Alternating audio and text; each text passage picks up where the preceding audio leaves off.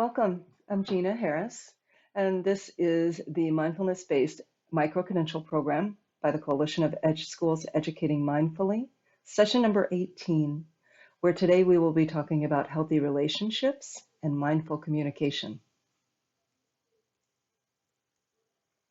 Our objectives for today: when you leave here after this session, you will be able to cultivate relationships with self, identify self-defeating thoughts, practice listening, and cultivate mindful language, as well as skills to support your students in doing that as well.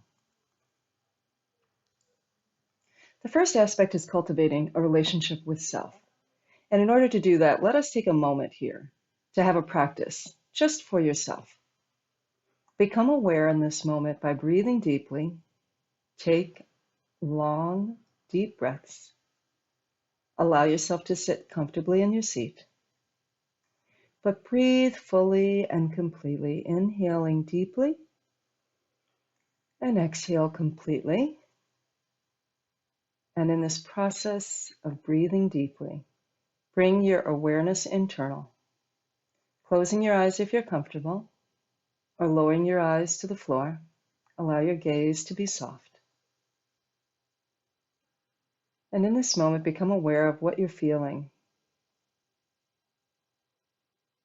Notice the emotions in your body. Maybe there's calm, maybe there's excitement, maybe there's busyness. But take a moment to notice. Become aware of that voice in your mind that is always at play. As you're listening to me, it is probably responding. And notice what it's saying. Become aware of the internal dialogue of your mind. There are many authors that teach about this voice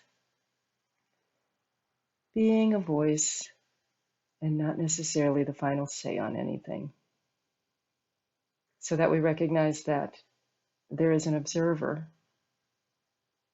who is watching the voice and listening to the voice. And that observer is the essence of who each of us is. So breathing deeply,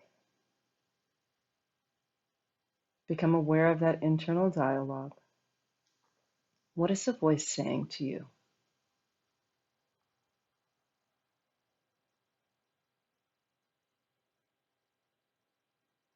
And take a few more long, deep breaths, becoming aware of that internal conversation.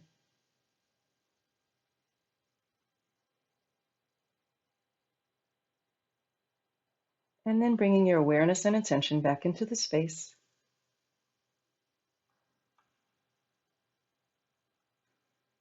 By taking 1 minute to become aware of the conversation in our mind, it begins to help that voice slow down. But being aware of what that voice is saying is critical to our success as educators. So I invite you into taking a moment to think about, what is your internal dialogue like on a regular basis? What is that voice saying to you? Is it encouraging? Is it defeating? Maybe it's a little bit of both. Sometimes that voice says, "Oh, I can't believe I did that." And sometimes the voice says, "Way to go, great job, you're amazing, you nailed it." Either way, that dialogue is in a continual process. And we don't have to attach to every single word that is going on in our mind. What we can do is take time and separate from it. So be thinking about this internal dialogue and introducing our students to the concept of, there are words moving through my mind at any given time. And what are those words and which ones am I going to be attached to? We want to do all that we can to honor and celebrate ourselves. Honoring and celebrating who we are, the gifts and skills that we bring, the talents that we have, and creating some self-care practices and routines that allow us to take a deeper dive into, how am I caring for myself? Now, when we talk about self-care, I don't mean just this term that we banter about in a number of ways. I'm talking about the intentional compassion that we apply to ourselves. And we'll hear more about that in another session. But thinking about, what do I do on a daily basis? Taking a moment every day to write down one great thing you did today. Brene Brown has an awesome practice of 3 good things, to write down 3 good things from this week. What were 3 good things that happened? What were 3 good things that I accomplished? 3 good things that I did. And staying mindful of our self-talk. Cultivating a practice for staying mindful of our self-talk is an awareness piece over and over and over again. Sometimes we notice the self-talk and sometimes we don't. What I like to do is occasionally set some timers in my phone. And when the timer goes off, of course, not at a time that I know I'll be teaching, but when that timer goes off, cultivate a moment of awareness. What am I thinking right now? How am I treating myself? Am I being kind to myself? And what is an awesome activity you can do with your students? It's exactly the same, but set a random timer throughout the day to go off. And when that timer goes off, ask the students to take a moment to think about, how are you talking to yourself in your mind? Are you encouraging yourself? Can you give yourself some positive words? And we're not doing this at the expense of any emotions that we might be experiencing. Of course, experience our emotions. They are a natural process of who we are. They need to move through us. But when we begin to cultivate practices of awareness, of appreciation, it does grow. So if our conversation in our mind is continually, oh, I can't believe I did that. I'm so horrible. I'll never get this. We have all heard of growth mindset. We are fully aware that what we focus on grows, and that allowing ourselves to open up to new ways of being around who we are and how we perceive ourselves gives us an opportunity to expand, grow, and develop in new ways. There are neurological practices that support that, but we will talk about that in a moment. So identifying self-defeating thoughts, this is a big piece of our practice. Noticing the language that we use, as I've already said. Creating some self-affirmations. Well, maybe I didn't get it this time, but I'll get it next time. I have walked in many a classroom and seen amazing displays of growth mindset statements. Creating growth mindset statements for ourselves are just as important. Maybe you have something on your computer that's a reminder. Maybe you put something in a couple strategic places in your classroom or your office. Maybe you have something that you wake up to every day that's right next to your bed to remind you to begin with an affirmation, to begin with a statement of positivity about yourself.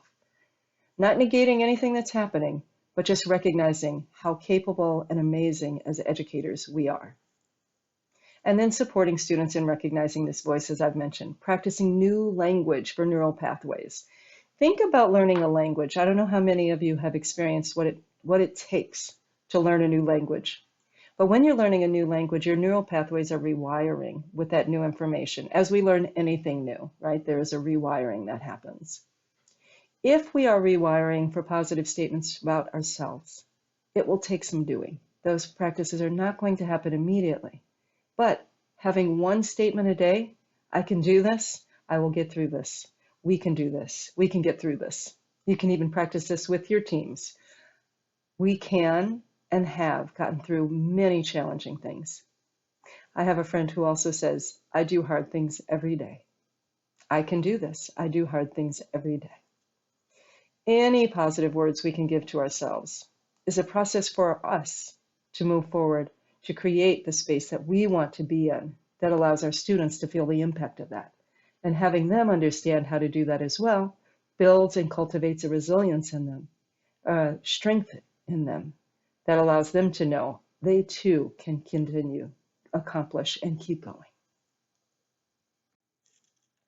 So when we think about the importance of support spaces, when we're talking about cultivating compassionate relationships, cultivating attention, cultivating intentionally how we want to be with each other, we need support spaces. As educators, now more than ever, we need as many support spaces as we can find.